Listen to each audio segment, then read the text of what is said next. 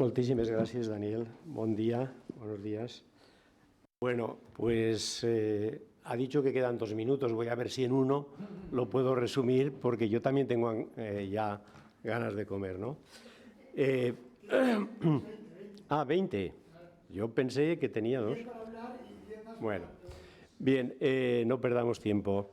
Pues yo, como estoy en la zona, viviendo en la zona, ¿qué es lo que he hecho? Desde el primer día he hecho de todo un poco. Me convertí en voluntario desde la misma tarde de autos, con resultados a veces muy dramáticos y desastrosos, ¿no? Porque no puedes salvar a personas que no las puedes sacar del agua y se las lleva el agua. Y luego he tratado de meterme en todos aquellos sitios que me han dejado. Si me han dejado meterme en el Cecopal de un pueblo, me he metido a observarlo desde dentro. Me he recorrido los barrancos, me he recorrido los pueblos de la zona, las cuencas, porque efectivamente conocer la geografía es importantísimo. Decía Sergio de una persona que pensaba que vivía en la zona del pantano de Forata. Creo, Sergio, que eso le sucedió a un alto cargo de nuestro gobierno autonómico, que le dijo a la gente local, pues menos mal que no reventó el pantano de Forata. Y ellos pertenecían a la Cuenca del Pollo. Era un alto cargo autonómico. O sea, que este desconocimiento de geografía puede llegar, como os podéis imaginar, bastante lejos, si además hay algunas personas que dicen que no sabían que tenían el encargo de gestionar las emergencias. Bueno, 2 palabras me preocuparon desde el primer momento. La primera era desastres naturales, lo de naturales, porque yo lo que veía tenía poco de natural. Ciertamente el agua que había caído era muy natural, pero los coches que bajaban por el medio de las calles, pues que sepamos hasta ahora, el cielo no produce coches todavía. Todos los productos tóxicos, fardos de papeles, de plásticos que bajaban aquella noche y que ponían en peligro la vida de la gente que estaba resguardándose en las esquinas, de natural no tenían nada, ¿no? Así es que desde el primer momento empecé a plantearme esta sobreabundancia del adjetivo natural en el siglo XXI, en 2025. También después me comencé a plantear la palabra reconstruir, y aunque encontré esa mejora, ¿no? Reconstruir mejor de Sendai, me parecía que hay una palabra mucho más adecuada a nuestra lengua y que responde también a lo que hace la cultura, que es transformar. ¿Por qué reconstruir si lo que hace falta es transformar? No hace falta mirar mucho alrededor para ver que hacía falta transformar. No se necesita ser una persona presciente para entender que era transformar. Me gusta poco reconstruir, la he utilizado en alguna ocasión con este adjetivo, reconstruir mejor, pero creo que no es suficiente tampoco con reconstruir mejor. Lo que necesitamos es una transformación, pero eso tiene otros problemas. Así es que con ese problema en mente, con natural y transformar, yo una parte de mi tiempo la dediqué a leer mucha bibliografía. Tanta he comprado que ahora pues me sobrepasa y no me ha dado tiempo de leer. Pero a leerla con una perspectiva. Los estudios de atribución del cambio climático se plantean la pregunta de en qué medida los eventos extremos, dicen estos estudios, que estamos viviendo, se deben a la intervención humana. Y yo me pregunté por qué no todos los eventos, catástrofes, terremotos, etcétera, etcétera, tienen al menos una parte que tendrá que ver con la intervención humana y, por lo tanto, son sociales. Ya sé que en esta problemática lo social se ha dejado aparte, ingeniería, arquitectura, biología, etcétera, etcétera, pero lo social no cuenta. ¿Para qué? Hombre, biológicamente al menos somos bichos los seres humanos, pero desde luego no cuenta. La sociología no se ha tenido en cuenta para nada. Cuando en realidad en el diagnóstico lo que se dice es que ha crecido la demografía, que ha ocupado el territorio de una manera, etcétera, etcétera, y todo esto son fenómenos sociales. Cuando te planteas la cuestión de la atribución, dices, la voy a desplazar en el tiempo hacia atrás. ¿Cómo se explicaron los terremotos de Valencia de 1748? Pues se explicaron como con una atribución muy clara. Era Dios, en su sabiduría y en su providencia, que a unos los castigaba y a otros los premiaba. A unos les decía habéis sido malos y a otros les advertía no seáis tan malos. Esto es lo que decía un predicador de Játiva en 1748 en la Misa de Acción de Gracias, ¿verdad? Pero en todo el mundo, cuando uno estudia terremotos, catástrofes, me ha interesado mucho la historia de las catástrofes, la explicación por fuerzas simbólicas externas ha sido la predominante hasta el terremoto de Lisboa, 1755. Esta es la predominante. Y ahí empiezan algunos a decir, hombre, algo tendrá que ver la naturaleza. Kant, entre otros, Rousseau, Voltaire, algunos filósofos y algunos naturalistas dicen, la divinidad no nos convence mucho, vamos a investigar la naturaleza.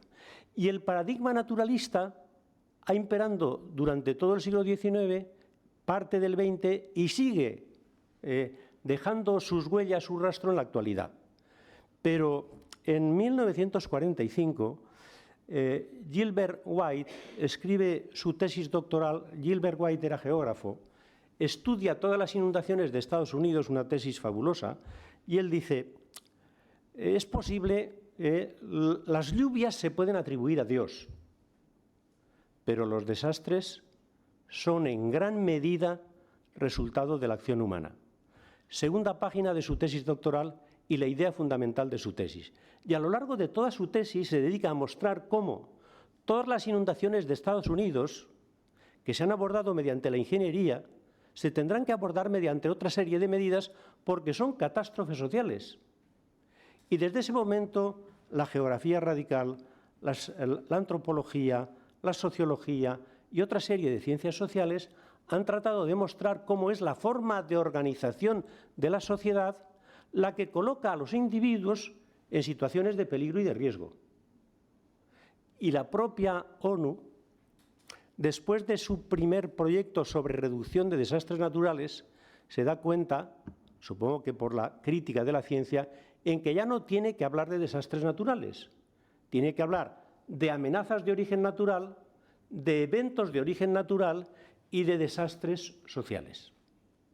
Creo que esta es una cuestión importantísima y por eso se introduce el concepto de vulnerabilidad para analizar cómo se producirán los efectos. Las catástrofes son sociales por 4 razones muy importantes. La primera de ellas, por los efectos que producen. Si no existiera sociedad, existirían desastres. En otro planeta en el que no haya vida humana y haya convulsiones, explosiones, terremotos, ¿hay desastres? ¿O eso forma parte de la lógica de la física universal? Por lo tanto, son desastres sociales por sus efectos. Son desastres porque esos efectos están distribuidos de manera muy desigual. En el caso valenciano no hay más que irse al barrio del Raval, al barrio Orba y al barrio de Chenillet, los 3 barrios más pobres de la zona afectada, para ver lo que significa todavía hoy estas desigualdades en la vulnerabilidad.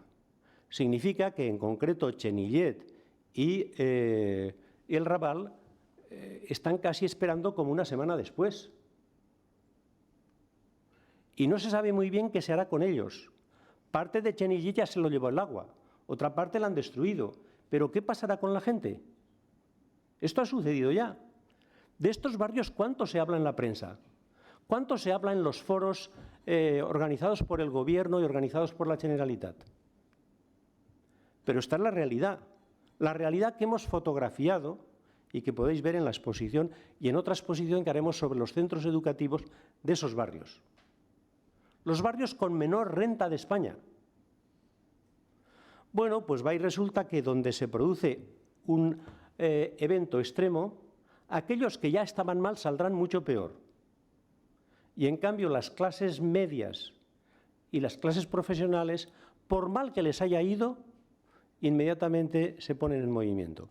No tenéis más que acudir y ver el barrio de Orba a la izquierda y el barrio Los Alfalares a la derecha, para ver que estaba lleno de coches montados uno detrás de otro, el barrio Los Alfalares, y para ver cómo sigue el barrio de Orba. Allí tenéis la división de clases cruzando una calle. Me lo decía un estudiante, dice, hoy ya no necesito que me expliquen la geografía de las clases sociales, la he visto allí, no había más que cruzar la calle, ¿verdad? Bueno, pues de esto me parece que hablar no se habla. Así es que, segunda razón por la que estas catástrofes son sociales. Tercera razón, porque toda la geomorfología de los cauces ha sido cambiada y transformada por ese famoso proceso de desarrollo y modernización valenciana. Y cuarta, porque una parte del cambio climático es resultado de la acción humana. Este es el paradigma social para explicar lo que está sucediendo y, de acuerdo con este paradigma, como veis, hay que desarrollar un tipo de actuaciones completamente distintas. Si uno tiene el paradigma de la teodicea, Dios es el culpable, si uno tiene el paradigma de los desastres naturales. Pero claro, ¿esto es el final de todo o hay un paradigma político? Hay un paradigma político que me gustaría poder desarrollar con tiempo, pero solamente tengo un minuto. El paradigma político se basa en cómo se ha transformado la política en las últimas décadas y cómo subespacios políticos, en esto la obra de Beck es bastante clara, como lo judicial, los medios de comunicación y la movilización ciudadana están diciendo y acudiendo al Código Penal para decir, mire usted, si el Estado hubiera cumplido con su función en una sociedad democrática, de los 229 muertos, o posiblemente 230, porque se ha pedido información para ver si una persona que murió en el hospital fue resultado de la DANA, hay una prueba pericial para ello, o estos 230, una parte muy importante, se hubieran salvado. Esos 37 que estaban en la teleasistencia porque no recibieron ninguna alerta y porque no fue nadie a sacarlos de su casa. Por lo tanto, lo importante ahora mismo y lo que está en juego en este debate que parece una guerra cultural y relato de narraciones, no es eso, lo que está en juego es otra cosa. Es justamente si estamos dando el salto al paradigma político. Pues bien, y con ello acabo, si uno mira en las sentencias dictadas por el Tribunal Europeo de Derechos Humanos a propósito de la denuncia puesta por la Asociación de Mujeres Mayores Climate Seniorinen en 2023 y la condena del Tribunal de Derechos Humanos al Gobierno suizo, sabe que ya en defensa de los derechos humanos se pueden establecer sentencias contra los gobiernos locales, regionales y estatales, incluso contra la Unión Europea. Si uno mira lo que la Corte Iberoamericana de Derechos Humanos publicó hace un mes y medio o por ahí, el documento que ha publicado de 400 páginas, ve claramente que los Estados tienen la obligación de proteger a los ciudadanos como derechos humanos en función de los derechos humanos frente a los desastres provocados por el clima. Y la propia Corte Internacional de Derechos Humanos, que está en la ONU, se ha pronunciado en la misma dirección. Creo que el asociacionismo tiene ahora un papel, un giro muy importante para comenzar a demandar a los Estados, a los responsables políticos, tanto mediante el Código Penal como mediante la legislación internacional, para que el paradigma imperante en el futuro sea el paradigma, permitidme decirlo así, sociopolítico. Gracias.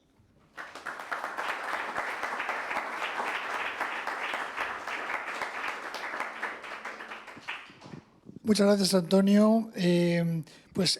Teníamos 20 minutos, llevamos 13, vamos a cogernos 7 minutos para preguntas, comentarios, reacciones a esta ponencia de Antonio.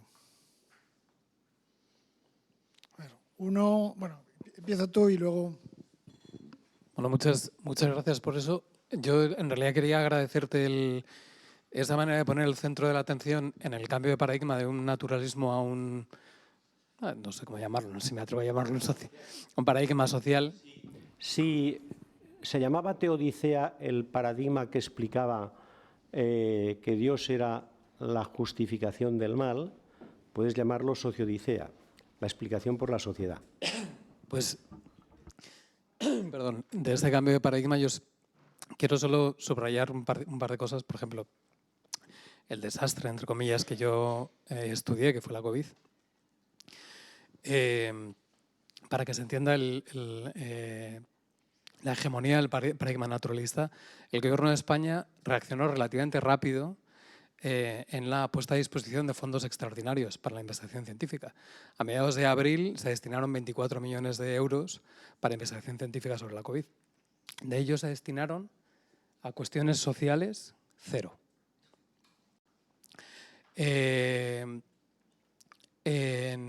Tuvo que llegar octubre del 2020 para que las asociaciones científicas de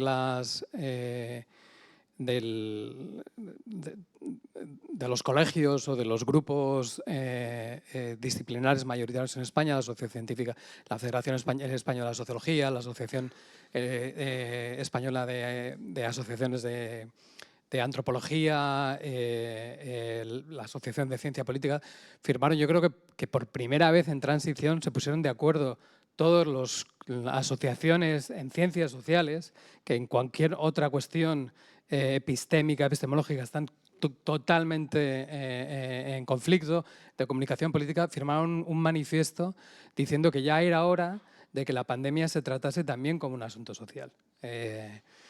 Pues yo creo que a día de hoy todavía ese paradigma no se resuelve. En mi institución, el Consejo Superior de Investigaciones Científicas puso en marcha un grupo de estudios de emergencia y mandaron una encuesta. Esto te estoy hablando hace un año más o menos. Mandaron una encuesta a todos los científicos del Consejo, casi 12.000 personas, para que nos autoclasificásemos como expertos en una emergencia u otra, y todas las preguntas eran naturalistas. ¿Sabes tratar bichos que generan infecciones? ¿Sabes? O sea, no había ninguna pregunta para que los científicos sociales dijeran yo puedo contribuir de esta o de otra manera. Entonces no sé en qué habrá acabado, sé que hay un grupo de expertos, pero no sé en qué ha acabado. O sea que yo creo que las raíces de ese naturalismo son muy, muy profundas y es muy complicado transformarlo. Pues me parece muy importante lo que Bueno, las raíces, como te he dicho, están en el nacimiento de la ciencia moderna, que explica, en el caso de los terremotos ya en Perú y después en Lisboa, por causas naturales, menos mal, ¿no? Porque hasta ese momento se resolvían con rogativas y conjuras religiosas, menos mal. Pero otra cuestión es que Rousseau, en el diálogo que mantiene con Voltaire, ya lo deja bastante claro. Rousseau dice, si en Lisboa, en vez de construir edificios de 4 o 5 pisos, hubieran construido de un solo piso, no hubiera muerto tanta gente. Y si además en vez de estar concentrados, hubieran estado dispersos, todavía menos, ¿verdad? ¿Cuál es la gran vulnerabilidad de la sociedad contemporánea? La concentración. La vulnerabilidad estructural del Horta Sud es la concentración. ¿Y todavía pedimos más concentración en algunas cosas? No, si lo que hay que hacer es dispersar. Lo que hay que hacer es distribuir de otra manera por el territorio. Esta es la gran vulnerabilidad de la sociedad contemporánea frente a inundaciones. No es que lo diga yo, es que lo dicen los máximos expertos en Estados Unidos desde hace mucho tiempo, ¿no? En segundo lugar, la otra gran vulnerabilidad, la política, es en el corto plazo. Y a ningún político le interesa saber qué pasará de aquí a 30 años, ¿verdad? Por lo tanto, no van a adoptar aquellas medidas que van a suponerles un coste político. El coste no es económico. Si tenemos que reconstruir cada X años, ese es un coste enorme. Es como si estuviéramos pagando un impuesto para reconstruir el territorio en el que vivimos cada X tiempo. Ese es un coste enorme. Ahora bien, el coste político de decir, oiga, vamos a cambiar esta estructura, vamos a cambiar este sistema de comunicaciones que tenemos en la comarca del Horta, que es transversal a los flujos del agua, y vamos a organizarlo para que haya movilidad en la comarca. Cuidado, en la comarca no hay movilidad. Hay comarca de la movilidad en la ciudad de Valencia y a otras zonas. Esto lo tenemos estudiado. En la mancomunidad del Horta Sud está estudiado. La movilidad no es intercomarcal. Si yo quiero ir desde Massanas a Torrente, lo tengo muy complicado. No hay ni un solo autobús. Si yo quiero ir desde Massanas a Aldaya, no tengo ninguna comunicación. Los trabajadores que se mueven entre los pueblos no tienen más remedio que utilizar los coches. No hay otro remedio. Por lo tanto, la comunicación es hacia Alicante, ¿verdad? Que esta es la que se impuso en los años 50, 60. La comunicación dentro de la comarca del Horta Sud es malísima, nefasta y, desde luego, creadora de balsas. Bueno, pues en el corto plazo a los políticos, y lo estamos viendo, no parece que les interese adoptar las medidas que salvarían vidas y generarían menores daños. Por aquí. Sí. Quizá esto sea un cuestionamiento un poco teórico, pero estoy ahora entrando en primero de sociología, voy con muchas ganas, pero sí que es verdad que llevo tiempo estudiando por mi cuenta filosofía y algunos temas, y eso me lleva a la duda de pensar la institucionalización de las entidades sociales y la sustitución de estas entidades sociales por las institucionalizaciones. ¿No sería interesante o no tendría su sentido cambiar el paradigma a nivel teórico y dejar de justificar ciertas institucionalizaciones para dar ciertas... O sea, una base teórica para un trabajo distinto a nivel político también, porque al final desde la sociología lo que se hace es institucionalizar ciertas cosas, pero al final no me parece que sea un método ni siquiera representativo de la misma sociedad. O sea, al final lo que hacemos es condicionar y constreñir las formas de expresión social, pero no estamos teniendo una expresión social como tal, sino que simplemente tenemos la expresión que se nos permite a través de ese filtro. No he acabado de entenderte bien. Es un poco complicado. No sé si el resto te ha entendido y alguien me puede hacer la traducción. Y sobre todo ya lo de esta parte de la institucionalización de las expresiones, yo desde luego lo que te puedo decir es que como sociólogo he utilizado los materiales de los cuales me he servido. Yo de catástrofes el día 29 sabía de incendios, porque me he visto en 2 incendios muy importantes en la Comunidad Valenciana, implicado y con responsabilidades además sobre personas, y por lo tanto pues el de Ayora Enguera, por ejemplo, que ya tiene unos años y que arrasó un territorio muy grande, y 2 últimos en la zona de Chera, Sodechera, Chulilla, etcétera, etcétera, ¿no? Y puedo decir algo sobre cómo funciona la forma de trabajar los incendios. Una de las formas con las que se funciona hoy en día es que a la población hay que expulsarla. La población solamente hay que salvarla, quitarla de en medio, sean inundaciones y tal, hay que quitarla de en medio, porque esto quienes saben son los técnicos, ¿vale?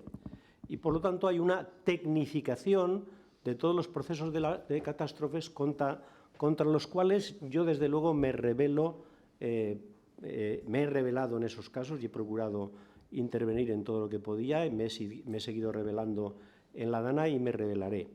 Pero creo que este es un problema que tenemos en las sociedades contemporáneas, y es que los sujetos que vivimos en el territorio parece ser que somos inútiles para abordar los problemas del territorio. Bueno, esto lo que tiene que suceder es que tiene que cambiar. Tenemos derechos sobre el territorio y tiene que cambiar. ¿Cómo ha de cambiar? En primer lugar, hace falta la formación. Pero ¿creen los poderes políticos en que es bueno que nosotros nos formemos para tenerles mejor controlados? Prefiero no contestar, ¿vale? Pero sí formo parte de asociaciones en las que nos estamos dotando de recursos para intervenir sobre el territorio de forma activa, claro.